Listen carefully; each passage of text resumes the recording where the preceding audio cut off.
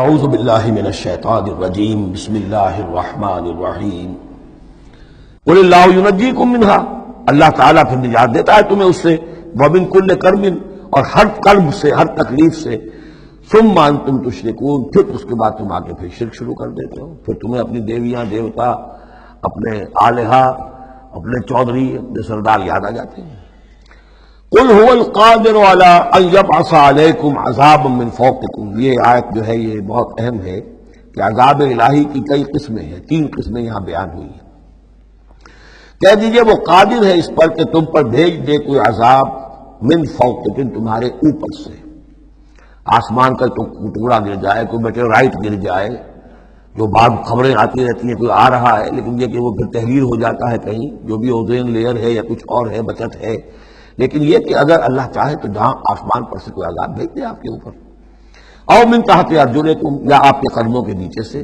زمین پھٹ جائے، شق ہو جائے، زلزلہ آئے، زمین دھس جائے، یہ بھی ہوتا ہے، خسف ہوں گے، قیامت سے پہلے بڑے بڑے 3 خسف ہونے ہیں جن کی خبر دی گئی ہے احادیث کے اندر، بڑے بڑے ٹکڑے زمین کے دھس جائیں گے اندر۔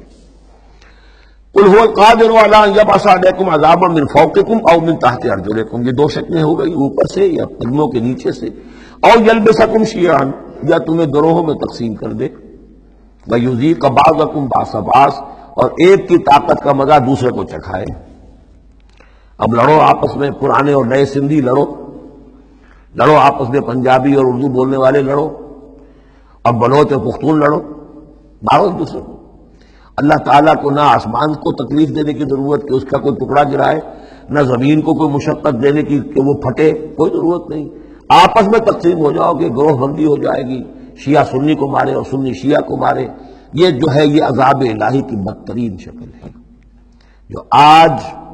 مسلمانان پاکستان پر مسلط ہے۔ وہ کبھی ایک قوم ہوتے تھے، ہندو کا جب مقابلہ تھا ایک قوم تھے، اور اب وہ قوم جو ہے قومیتوں میں، عصبیتوں میں تحلیل ہو چکی۔ انظر کیف نصرف الآیات لعلہم یفقہون، دیکھو کیسے ہم اپنی آیات کی تصریف کرتے ہیں، تصریف کہتے ہیں آیات کو گھمانا، ایک ہی بات کو اسلوب بدل کر، انداز بدل کر، ترتیب بدل کر لانا، ایک پھول کا مضمون ہو تو 100 رنگ سے باندھو۔ وَكَذَّبَ بِهِ قَوْمُكَ وَهُوَ الْحَقُّ، اور اے نبی آپ کی قوم نے اسے جھٹلا دیا، بہی مراد قرآن، یعنی میں نے عرض کیا کہ اس صورت کیا یہ عمود، حصی معجزہ کوئی نہیں دکھائیں گے، اصل معجزہ محمد کا یہ قرآن ہے صلی اللہ علیہ وسلم، اسی لیے بہی اس کی تکرار اس میں کثرت سے ملے گی۔ وَكَذَّبَ بِهِ قَوْمُكَ وَهُوَ الْحَقُّ، یہ قرآن الحق ہے، لیکن اے نبی آپ کی قوم نے اس کو جھٹلا دیا ہے۔ قُلْ لَسْتُ عَلَيْكُمْ بِوَكِيلٍ، ان سے کہہ دیجئے میں اب تمہارا ذمہ دار نہیں ہوں، اب میں نہیں کہہ سکتا کہ کب اللہ کے عذاب کا بند جو ہے وہ کھل جائے اور تمہارے اوپر وہ عذاب ہلاکت جو ہے وہ آ جائے۔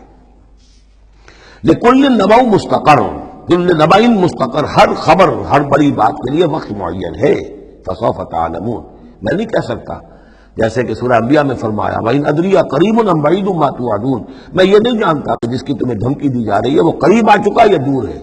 ٹائم ٹیبل اللہ کے علم میں ہے، لیکن یہ میں جانتا ہوں کہ اگر تمہاری روش یہی رہی تو عذاب آ کر رہے گا۔ بسوف تعلمون، اور ان قریب تمہیں معلوم ہو جائے گا۔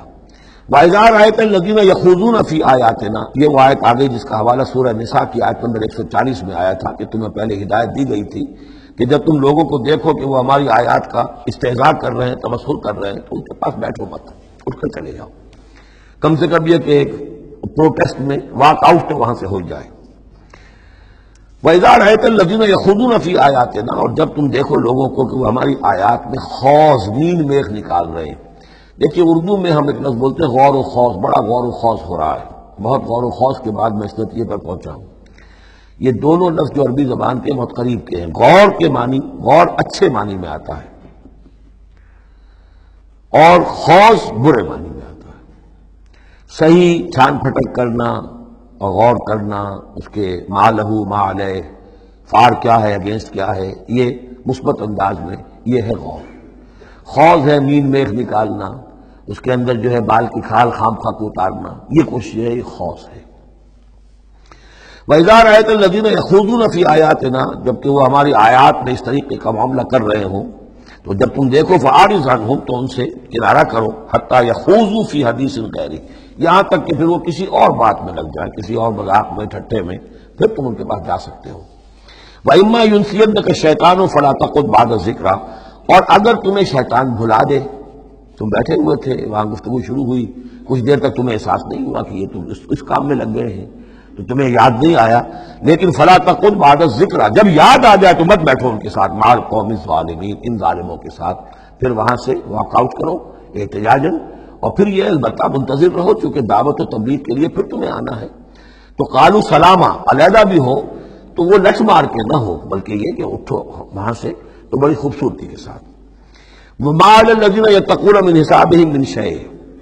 اور یقیناً جو لوگ اللہ کی تقویٰ کی روش اختیار کرتے ہیں ان پر ان کے حساب کی کوئی ذمہ داری نہیں ہے، وَلَٰكِنْ ذِكْرَىٰ لَعَلَّهُمْ يَتَّقُونَ، لیکن یہ یاد دہانی ہے تاکہ وہ تقویٰ اختیار کریں۔ صدق اللہ العظیم۔